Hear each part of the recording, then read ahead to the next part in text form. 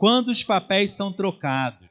O que significa a frase acontece nas melhores famílias? Eu já falei um pouquinho, mas a nossa proposta ao longo desse mês é lembrar que as piores coisas, os maiores problemas podem acontecer nas melhores famílias. Ah, pastor, mas eu planejo tudo, eu me dedico, eu sirvo ao Senhor, eu não ando de qualquer maneira, eu quero andar correto, mas veio essa bomba, estourou isso, aconteceu isso comigo, com meu marido, com a minha esposa, com os meus filhos. E a gente tem costume de usar essa frase, mas o nosso coração se esquece dessa verdade. As piores coisas podem acontecer nas melhores famílias. E a gente viu na semana passada o quanto, às vezes, até nas melhores famílias, a vida pode se tornar um inferno. No sentido figurado, briga, confusão, desentendimento. Parece que cada um está falando uma língua e a gente não se entende mais dentro de casa. E cada um vai para o lado e dá cabeçada. E hoje a gente vai falar sobre os papéis trocados. Eu quero que você ponha toda a sua atenção nisso, porque é um tema um tanto quanto delicado, mas deixa isso ser trabalhado pelo Senhor no seu coração. Como é que está a sua família? Como é que está o seu lar? E melhor, perguntando, às vezes a gente não consegue fazer essa conexão. Como é que está a sua vida? Porque a gente tem por mania feia, de achar que a culpa é do outro. E se você tira o outro, os problemas estão resolvidos. E é mentira. Eu, como pastor, lidando com casais, principalmente, a primeira verdade que eu tenho no meu coração sempre, que os dois são culpados. É óbvio que sempre tem um que é mais culpado do que o outro. É verdade. Mas todos são culpados, nem que seja pela má escolha. Então, assim, todos são culpados. A vida a dois gera confronto, gera desentendimento, mas gera também alegria. A gente não pode esquecer disso. Quando a gente passa a arrebentação, vem o mar calmo. Eu gosto sempre dessa imagem. Quando você chega numa praia, o pior momento é passar por aquele momento de tumulto das ondas. Se você for perseverante e continuar, você chega ao mar calmo, sem ondas, tranquilo. O problema é que muitos têm desistido no meio das ondas, achando que aquilo não vale mais a pena. Eu sei que falar sobre essa ideia de papel trocado, de homem, mulher, de liderança, pode até parecer um assunto batido, mas a verdade, pelo menos eu vejo assim, é que parece que a gente ainda não entendeu o suficiente, pelo menos o suficiente para agir, para mudar nossa caminhada. Eu creio, e espero que você também creia assim, que Deus nos dá a família para a gente viver a melhor coisa da vida, para viver o melhor dos nossos dias. Mas a família só funciona quando ela é vivida de acordo com a direção de Deus. Não adianta a gente simplesmente deixar as coisas acontecerem. Eu lembro do último Natal, irmãos. Eu queria dar um presente diferente para os meus filhos e um dos presentes para a Sara era uma casa de boneca. E eu falei assim, cara, vou comprar uma que arrebente. Aí procurei nos sites, né, e achei uma casa linda de 2 andares, feita de madeira, com luzes, toda linda. 3 andares nessa moto, ainda tinha um sótão. E eu falei assim, cara, o melhor de tudo ainda era baratinho. Falei, é essa, presentão, vou comprar. Comprei, demorou uns 3 meses para chegar, e quando chegou eu achei aquilo esquisito, porque veio numa caixa achatada. Eu falei, gente, aqui não cabe uma casa. Que estranho. E quando eu abri, cara, tudo desmontado. Falei assim, não acredito. Vou olhar as instruções. Aí peguei as instruções, todas em chinês. Falei assim, já era. Falei assim, meu Deus, o que eu fiz? Não era isso que eu queria, eu quero a casa. Mas eu não queria o trabalho de montá-la. Só para resumir a história, depois de mais de 3 meses, com a ajuda de toda a família, com vídeos da internet, graças a Deus pela internet, eu consegui montar a casa, ficou legal, mas nunca mais eu faço isso, nunca mais. tinha até chinelinho, vassoura, tudo você montava. Aí vinha um palito de dente e umas piaçabas para tu enrolar. Sim, depois eu te conto melhor o drama, mas eu não estava disposto a fazer aquilo, eu só queria a casa. E, infelizmente, irmãos, essa é uma ilustração perfeita para muito do que a gente pensa em relação à família. A gente quer usufruir, a gente quer a figura bonita, linda, que a gente tira foto e mostra, mas a gente não quer o trabalho que ela dá para chegar até lá. A gente não quer se envolver o suficiente para transformar um material desmontado e sem forma naquilo que Deus projetou. E não se engane, a família é algo que acontece a partir do nosso empenho, da nossa entrega, da nossa vivência e, principalmente, a partir das orientações dadas por aquele que criou a família. Por que Deus nos criou assim? Por que Ele criou homem e mulher? Por que Ele planejou a família? Tudo se encaixa quando a gente começa a caminhar nessa direção.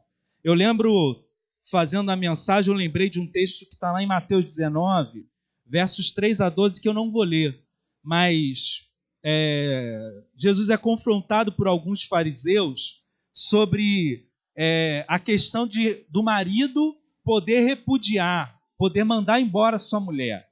E para os judeus aquilo era matéria já fechada, socialmente era aceita, todo mundo fazia aquilo. A mulher queimou arroz, bota ela para fora. A mulher não lavou o banheiro direito, bota para fora. A mulher está amarga e não se arruma mais, bota para fora.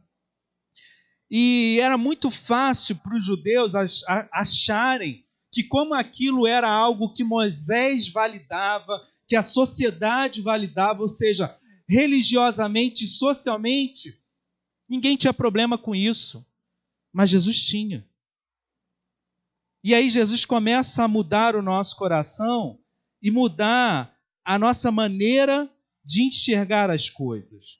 E, em resumo, nesse texto ele fala que a gente precisa, para que a gente raciocine corretamente a respeito das coisas de Deus, da família especialmente, a gente precisa, isso é importante para a gente entender o resto da mensagem, a gente precisa enxergar além de hábitos culturais, convenções sociais, distorções introduzidas pelo pecado e até pela religião vigente.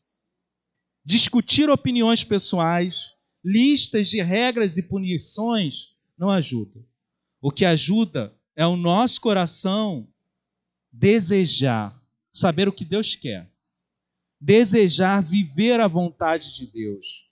E aí Jesus aponta o plano para que os judeus aprendessem a lidar com suas esposas, com a sua família, e para nós também aprender a lidar com a nossa família e relacionamentos. A gente precisa conhecer o plano de Deus para a nossa vida. Na criação de Deus, a gente encontra um padrão que dá certo. Qual é o nosso grande problema, irmãos? Qual é o nosso grande problema? Não é que a gente tentou, deu errado e a gente desistiu. A gente nem tenta. E a gente desiste por achar que é difícil demais. Certamente, eu tenho certeza que você já tentou construir sua vida e sua família e relacionamentos por conta própria. A partir daquilo que você acha que é certo e que é melhor.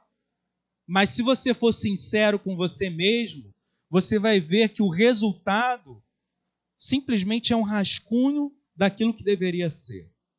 Um borrão. E muitas vezes a gente caminha frustrado com os nossos lares, a gente caminha desanimado, achando que essas coisas de família, de igreja, não dá certo. Não é sem motivo, fazendo uma comparação bem propícia, que um grupo enorme de pessoas hoje dizem, olha, a igreja não dá certo. Não quero mais saber de igreja, porque a igreja é problema. E o nosso discurso é semelhante quando a gente fala de família. Família, dor de cabeça. Será que o plano de Deus é tão ruim assim? Ou será que realmente a gente ainda não confiou nele o suficiente? A gente não trouxe à memória de fato a verdade que ele nos ama, e nos conhece como ninguém. E obedecê-lo, ainda que eu não veja e não perceba como o melhor, é o melhor caminho. Esse é um bom trabalho, por mais que seja difícil, porque é trabalhar com Deus. E eu disse todas essas coisas para te fazer lembrar que Jesus te ama, ama a sua família e deseja entrar nessa história. Deseja fazer parte dos projetos que você tem para si mesmo e para o seu lar, para os seus relacionamentos. Eu tenho batido nessa tecla. A gente terminou o mês passado falando sobre essa ideia de seguir Jesus. Que mais do que conceitos teóricos sobre Deus e sobre a religião e sobre a Bíblia, seguir Jesus significa ter um relacionamento com Ele e perceber de maneira pessoal o que Ele quer que você faça. Onde Ele está te guiando. Quando a gente vive só a partir do conhecimento seco, a gente se engana, se confunde. Mas quando a gente vive um relacionamento vivo com Deus, a gente consegue aplicar, adaptar, reconhecer os movimentos de Deus na nossa vida. Quero te convidar a abrir sua Bíblia em Gênesis 16, versos de 1 a 6. A gente vai ler um texto que eu vou pedir para você prestar atenção. Quando a gente leu semana passada Gênesis 1, na verdade a gente leu o capítulo 2, mas o sermão foi em cima do capítulo 1, 2 e 3. A gente pensou um pouco sobre como o relacionamento que Deus criou para o homem e para a mulher, o local que era o paraíso, o jardim do Éden, o relacionamento que ele tinha com o primeiro casal, tudo era perfeito. Mas ainda assim, a partir de uma decisão errada, a mulher simplesmente é convencida pela serpente, ela pega o fruto proibido, oferece a seu marido, ele aceita, os dois caem em pecado, fogem de Deus, e aí no final é aquela confusão do marido falando que a culpa é da mulher, a mulher falando que a culpa é da serpente, a serpente não podendo falar nada. Percebe que a gente está em Gênesis 16 e a configuração da história vai ser a mesma. Porque, na verdade, o que o autor de Gênesis vai falar é, olha, os problemas se repetem. Família só muda o endereço, né? É mais ou menos isso. A gente vai ver as coisas se repetirem. Então, eu vou ler. Antes eu vou orar e peço que você preste atenção na leitura pensando sobre essas coisas. Deus, muito obrigado, porque é bom demais abrir a Tua palavra e pensar sobre ela. Mais ainda, saber que o Senhor deseja falar com a gente mais uma vez essa manhã. Minha oração é para que o Senhor abra o nosso entendimento e o nosso coração, para que a gente se deixe guiar pela Tua verdade e a gente possa viver essas coisas, Senhor. Em nome de Jesus, amém. Gênesis 16, de 1 a 6, diz assim: Ora, Sarai, mulher de Abrão, não lhe dava filhos. Tendo, porém, uma serva egípcia por nome Agar, disse Sarai a Abrão: Eis que o Senhor me tem impedido de dar à luz filhos. Toma, pois, a minha serva, e assim me edificarei com filhos por meio dela. E Abrão anuiu ao conselho de Sarai. Então Sarai, mulher de Abrão, tomou a Agar, egípcia, sua serva, e deu-a por mulher a Abrão, seu marido, depois de ter ele habitado por 10 anos na terra de Canaã. Ele a possuiu e ela concebeu. Vendo ela que havia concebido, foi sua senhora por ela desprezada. Disse Sarai a Abrão: Seja sobre ti a afronta que me faz a mim. Eu te dei a minha serva para possuíres. Ela, porém, vendo que concebeu, desprezou-me. Julgue o Senhor entre mim e ti. Respondeu Abrão a Sarai: A tua serva está nas tuas mãos. Procede segundo o melhor te parecer.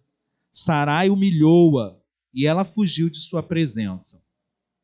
Só para melhor compreensão, aqui Sarai e Abrão ainda não tiveram o seu nome mudado por Deus. Mas a partir daqui eu vou falar Sara e Abraão, que todo mundo entende que são eles, ok? Daqui a pouco vai ser Sara e Abraão. Então imagina, Abraão e Sara têm um problema. Ele já está há 10 anos ali, peregrinando. Deus havia prometido uma grande família, muitos filhos. Abraão já tinha conquistado terras, gado, tinha crescido, era de fato um homem rico, mas ele não tinha filhos. Para essa cultura, isso era algo seríssimo, porque filhos significa herança, significa mais pessoas para trabalhar, mais pessoas para guerrear, mais casamentos, mais dotes a serem conquistados. O filho seria não só a continuação do nome, mas o movimento de tudo que era necessário naquela cultura. Especialmente para Abraão, que havia recebido de Deus a promessa de ser uma grande nação. Imagina, e ele não tinha filhos. Isso era um grande problema, porque a promessa de Deus, pelo menos na cabeça de Abraão e de Sara, estava diretamente ligada a um filho. Se eles não tivessem um filho, nem sequer sinal da promessa de Deus. Era a proposta básica para começar a sonhar naquilo. E aí a gente vê que Abraão e Sara tentam resolver o problema do plano de Deus, que ainda não tinha se cumprido. Porque para eles, o problema do plano de Deus que não havia se cumprido ainda, era um problema deles.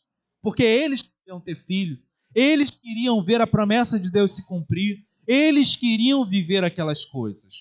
E por isso, para eles, o tempo era algo que os fazia sofrer. Eles desejavam ter um filho e, na cabeça deles, eles precisavam ter um filho.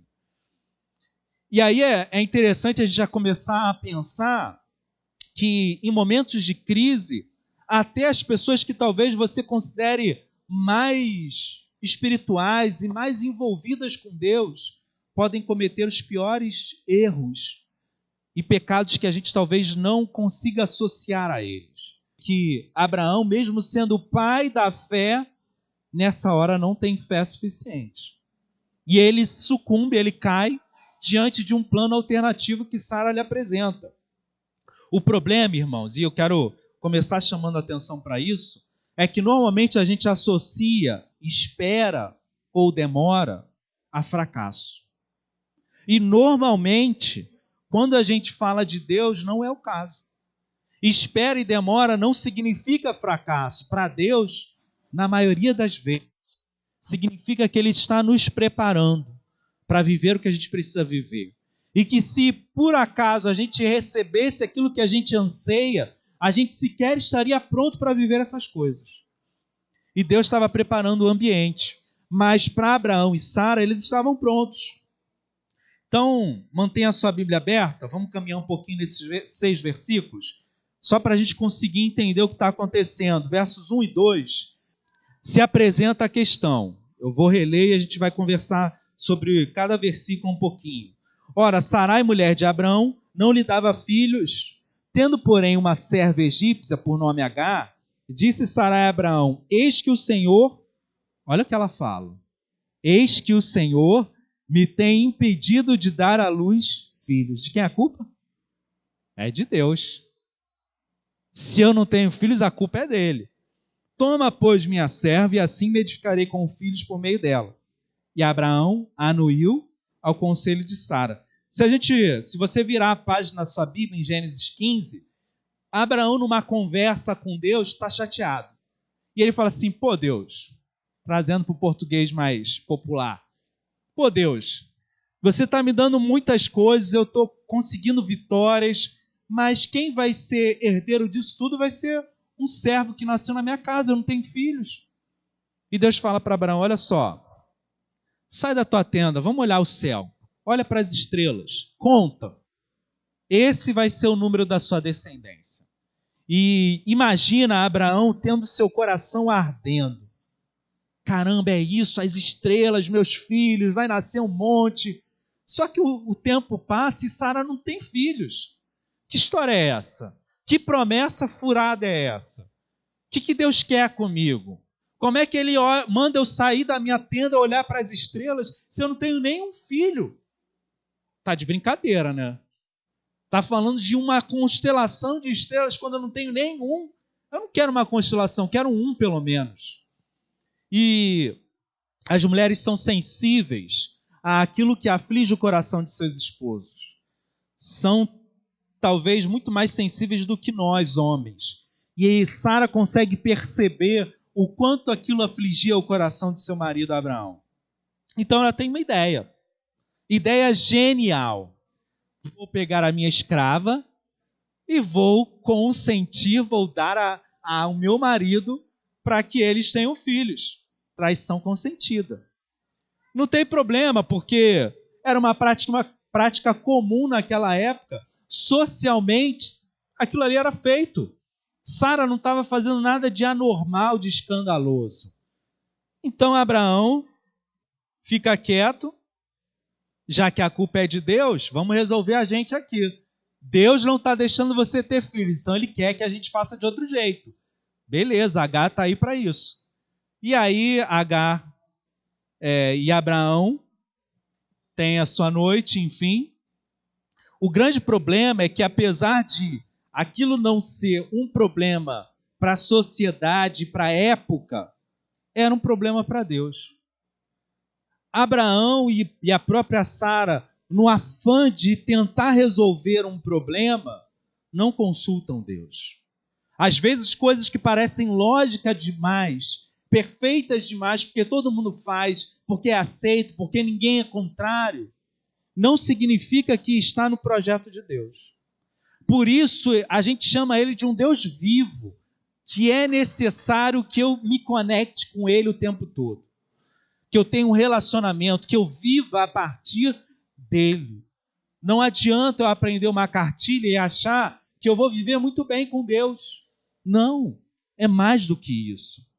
O texto continua, versos 3 e 4, fala que de fato acontece. Agar concebe, quer dizer que ela ficou grávida.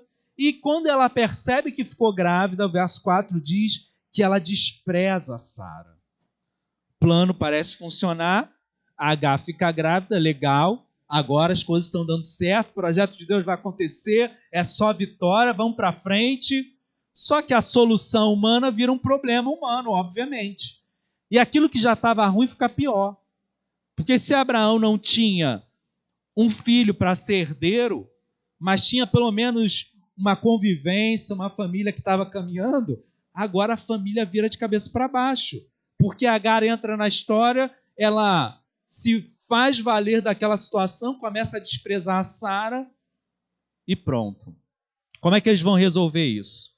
O bebê ainda nem tinha nascido e ele já tinha um novo problema na mão, por causa da grande ideia que eles tinham. A gente adora resolver os problemas tendo ótimas ideias, né?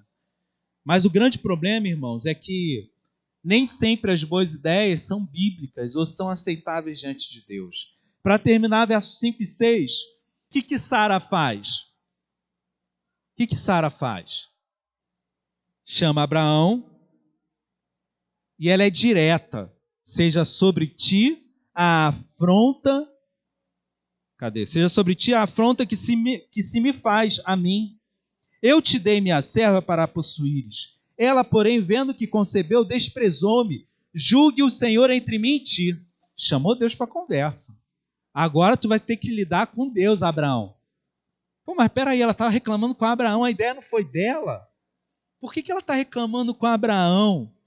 O que ela quer com Abraão? E Abraão agora resolve, né? Tá bom, agora eu vou tomar a frente disso. As suas ideias não são boas. Deixa que eu vou resolver o nosso problema. É isso que ele faz? Não. Mais uma vez, o grande homem Abraão, marido exemplar, resolve você, cara. A escrava é tua, problema é teu. Belo casal, né? Bela família. E Sara faz o que ela pode fazer, envolvida naquela situação, humilhada por sua serva, ela maltrata e ataca Agar. Só uma curiosidade, o nome Agar significa fuga. E Agar faz exatamente o que seu nome significa, ela foge. Porque ela não aguenta. Ela tem o filho da promessa, o herdeiro, mas ela está sendo maltratada, atacada. Como mulher grávida, ela pelo menos vai tentar salvar o seu filho, foge. E aí, que conclusão que a gente chega dessa confusão toda? Ler história é fácil, né? O problema é trazer a história para a nossa vida. O problema é pegar esse enredo e falar, o que eu tenho a ver com isso? Não sei se você conseguiu acompanhar a semelhança das histórias de Abraão e Sara e Adão e Eva. Quantas semelhanças vão acontecendo. E todo esse enredo do silêncio masculino, da desobediência e independência em relação a Deus, a tentativa de resolver a seu próprio modo, os homens se tornando cada vez mais calados, alheios, ausentes e desatentos, vão se desdobrando nas histórias de Gênesis. Por exemplo, Isaac não faz coisa diferente quando ele tem um problema com os seus gêmeos, Esaú e Jacó, e a sua mulher, mais uma vez, tenta resolver do jeito dela, e ele não consegue assumir a liderança.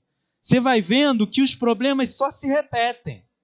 Olha só que coisa interessante. Só para a gente ligar tudo isso, Deus tem um cronograma que era, eles teriam filhos.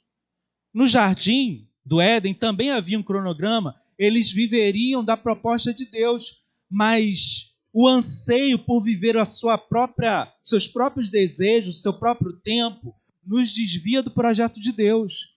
Eva, a partir da sugestão da serpente, não aguenta esperar. Eu preciso comer aquela árvore, aquela fruta. Da mesma maneira, Sara também não aguenta esperar. Isso tem que ser resolvido. Isso tem que acontecer. Abraão fica quieto diante da ótima ideia de Sara, de oferecer-lhe o fruto proibido, de oferecer Agar para ele.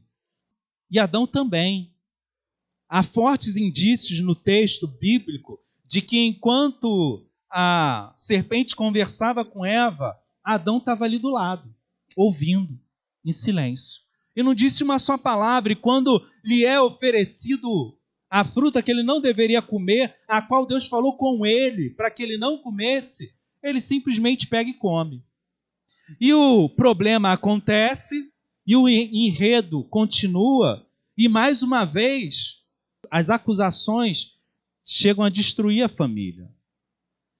O texto bíblico é muito sucinto, mas eu imagino Abraão falando, olha, ele fala assim, é tua escrava, faça o que quiser, mas vamos trazer para a realidade? Provavelmente ele falou, cara, a ideia foi tua, se vira.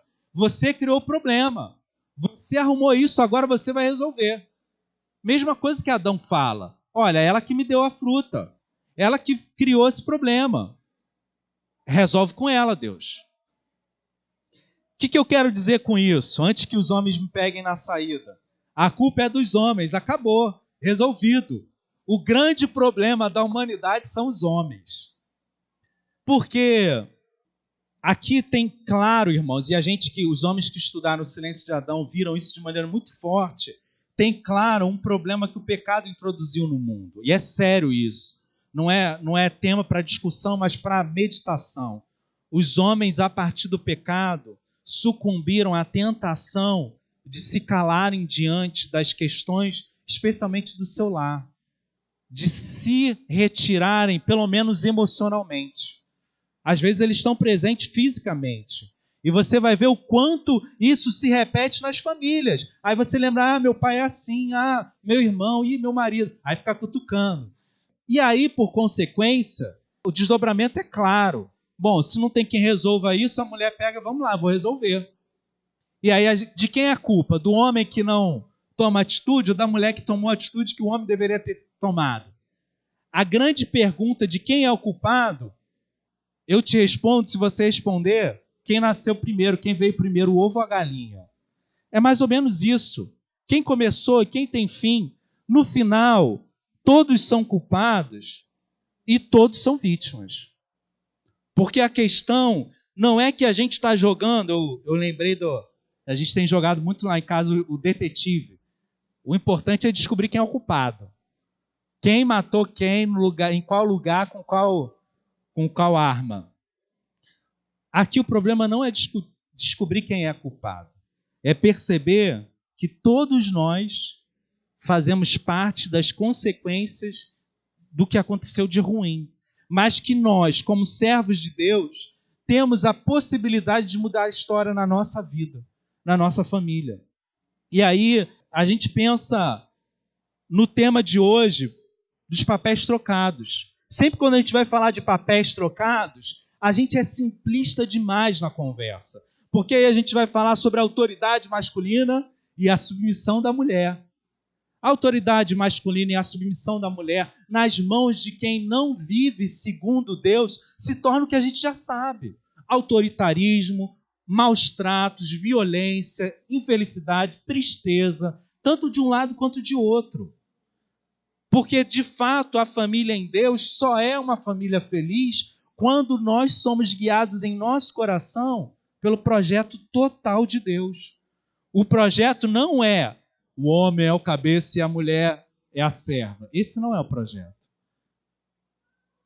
Se a gente tirar todos os erros, todos os maus entendidos, isso é parte do projeto. A mulher estar na mesma missão que o homem.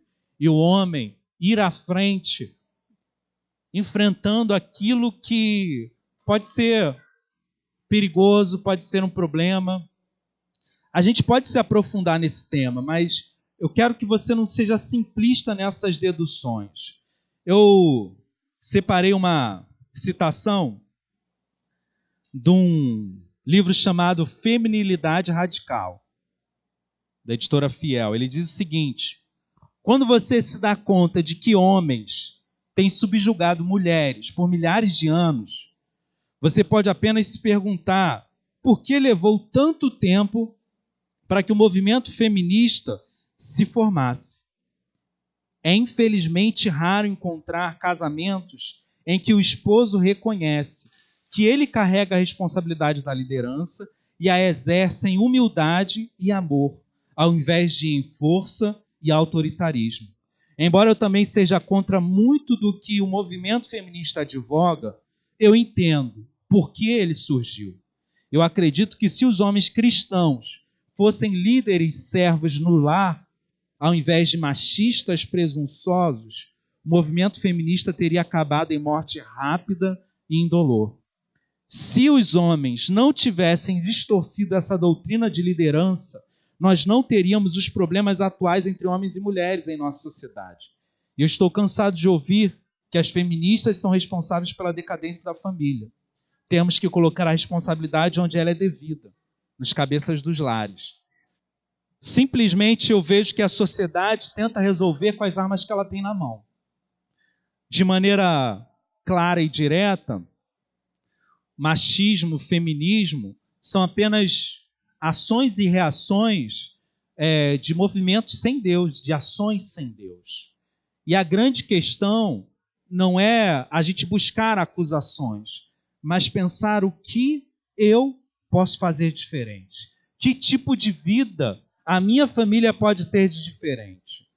E aí, como eu disse, a grande questão não é saber de quem é a culpa, mas como os papéis são trocados. Ou talvez uma pergunta mais fácil para a gente: que papéis são trocados? Porque, na minha visão, o papel trocado não é que a mulher assume o papel do homem e o homem, de alguma maneira, assume alguma comodidade. O papel trocado não é esse. O primeiro papel trocado na família é quando Abraão e Sara decidem ficar no lugar de Deus.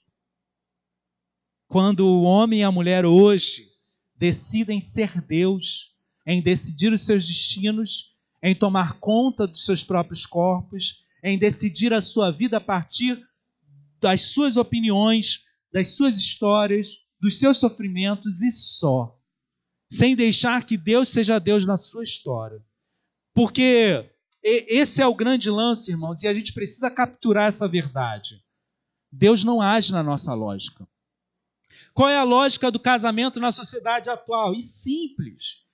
A lógica antigamente era, cara, aguenta, porque casamento é para a vida toda.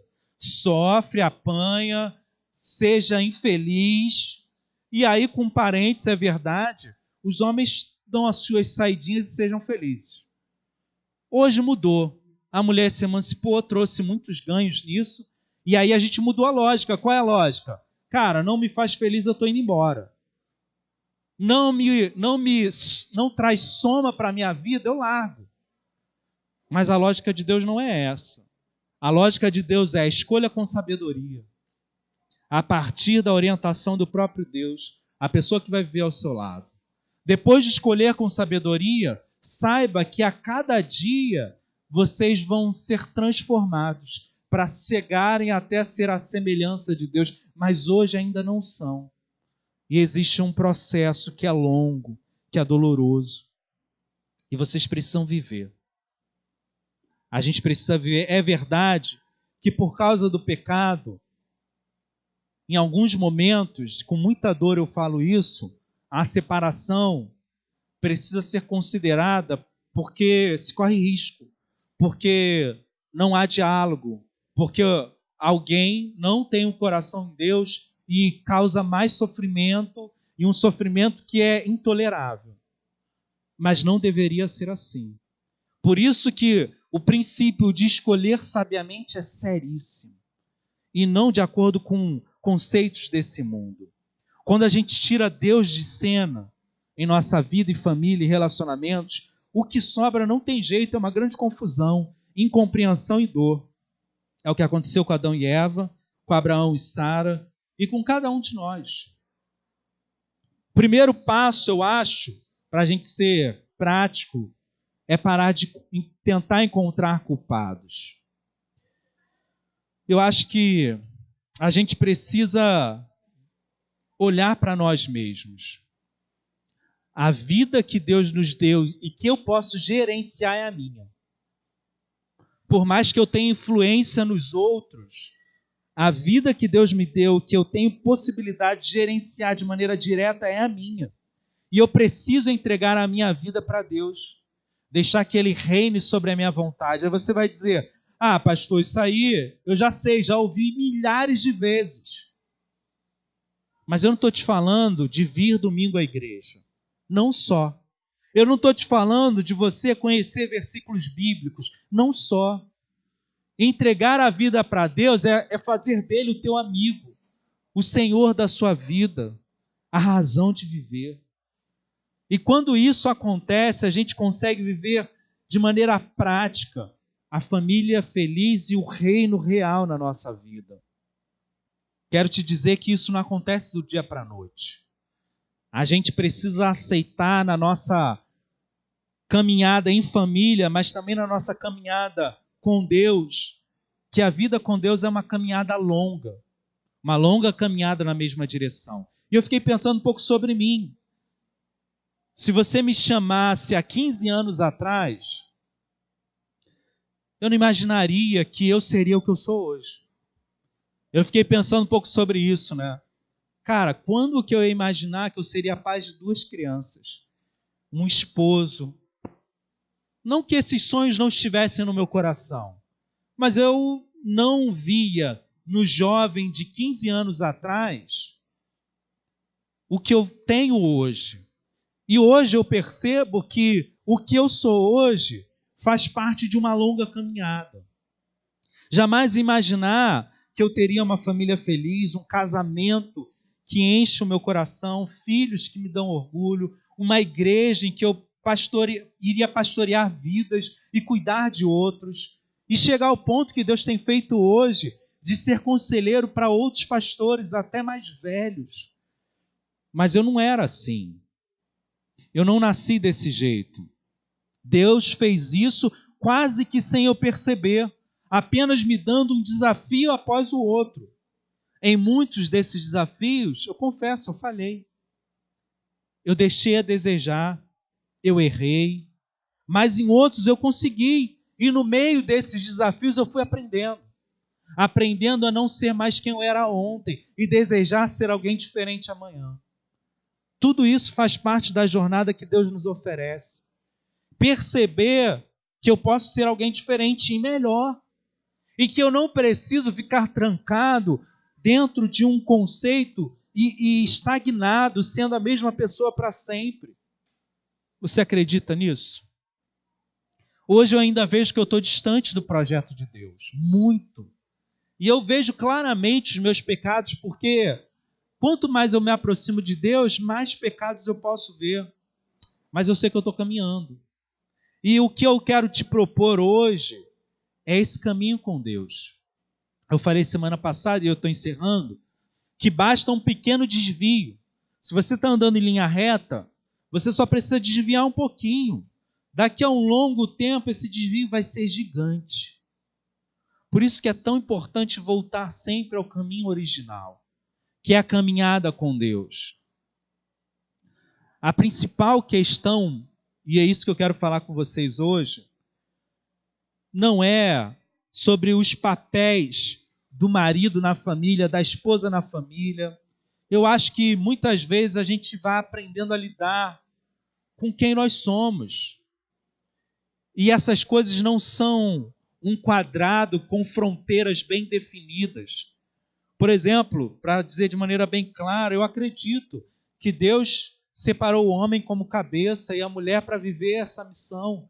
Mas eu sei que isso não significa, em hipótese alguma, que a mulher não pode liderar, nem falar, como a gente tem mulheres que eu mesmo coloquei para pregarem aqui, para liderarem áreas da igreja. Mas isso quer dizer, e aí é o que eu entendo, que o homem tem uma responsabilidade. E por mais que a gente fale de liderança com uma áurea de romantismo e de glória, quem já esteve na liderança e eu estou, sabe que não é fácil. É ser atacado, é desagradar, é ter que confrontar, é ter que colocar o seu nome e a sua honra em risco. Então, quando a gente fala de liderança, não é de um troféu. A gente está falando de risco, de proteção, de cuidado. Irmãos, conhecendo Cristo como eu conheço hoje, eu quero que Ele seja cabeça da minha vida. Recebendo o amor que Deus tem por mim hoje, eu quero que Ele guie a minha vida e não quero que ninguém mais faça isso, nem eu. E aí, se você parar para pensar, se você tem em casa um homem que é a imagem de Cristo, cara, você vai querer que ele te lidere. Você vai querer estar na mesma missão que ele. E a liderança não é autoritarismo, não é mandar, é troca, é conversa. Mas na hora que o bicho pega, ele vai se colocar à frente. É disso que eu estou falando. Tenta limpar todas as coisas ruins que você já ouviu sobre isso. Existe um plano perfeito estabelecido por Deus, embora a gente tenha contaminado ele. Quando eu digo a gente, eu digo homens, eu digo pastores, eu digo igrejas, eu digo a religião. Contaminamos, porque é isso que a gente faz. Mas existe um plano perfeito. Para encerrar, irmãos, eu entendo que o pecado nos desviou do caminho de sermos completos através dos nossos lares. Mas, se há algo que eu preciso fazer hoje, é ter compromisso com a minha família. Compromisso com Deus me leva a ter compromisso com os meus. Até rimou. Dá para fazer um poeminha. Compromisso com Deus me leva a ter compromisso com os meus. Eu vou amá-lo, ainda que não seja amado, amável. Eu vou ter paciência, ainda que seja difícil. Eu vou insistir, ainda que não mereça. Como eu falei, há casos em que uma intervenção é necessária. Mas a gente precisa ponderar em Deus. É Ele quem vai dar limites, é Ele quem vai dar passos, é Ele quem vai clarear a minha visão. Eu só sei de uma coisa, irmãos, a gente volta sempre para o mesmo ponto. Se você é um discípulo de Deus, um discípulo de Cristo e caminha buscando viver cada vez mais esse discipulado, um bom discípulo de Cristo vai ser um bom marido, vai ser uma boa esposa, vai ser um bom filho. As duas coisas andam juntos. Não tem como você ser um ótimo discípulo e um péssimo marido, uma péssima esposa, um péssimo filho. As duas coisas andam juntas. A gente ouviu já muita coisa sobre família, Deus, testemunho. Para mim, a gente caiu muito no pragmatismo. Eu tenho que escolher uma esposa que me ajude a testemunhar de Cristo. A gente pensa muito de maneira prática, o que eu posso fazer? E eu esqueço do centro disso. Cara, Se a sua família é uma família feliz, esse é o maior testemunho que você vai dar para o planeta de que Deus é real. Hoje, a minha visão é o maior ganho que a gente pode obter do reino é ter famílias felizes no nosso lar. Esse é um testemunho gritante de que Deus existe. As pessoas vão falar, mas o teu marido é diferente, mas você é diferente. Não, Deus é diferente e por isso nós somos diferentes. Anseie isso. E aí eu quero dizer, só para a gente encaixar tudo isso, pastor, mas eu não sou casado. Todo mundo tem pai e mãe, todo mundo é filho. O que o marido é para a mulher e a mulher para o marido, se você é solteiro, você tem compromisso com a sua família acima, mas os seus relacionamentos entram como sua família.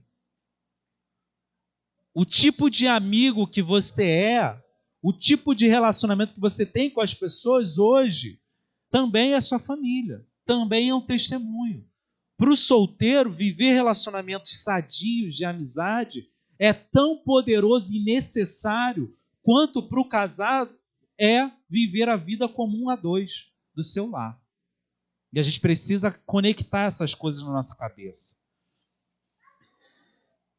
Fechando, Cristo vem nos resgatar, irmãos, com a sua morte, para que a gente seja seus discípulos.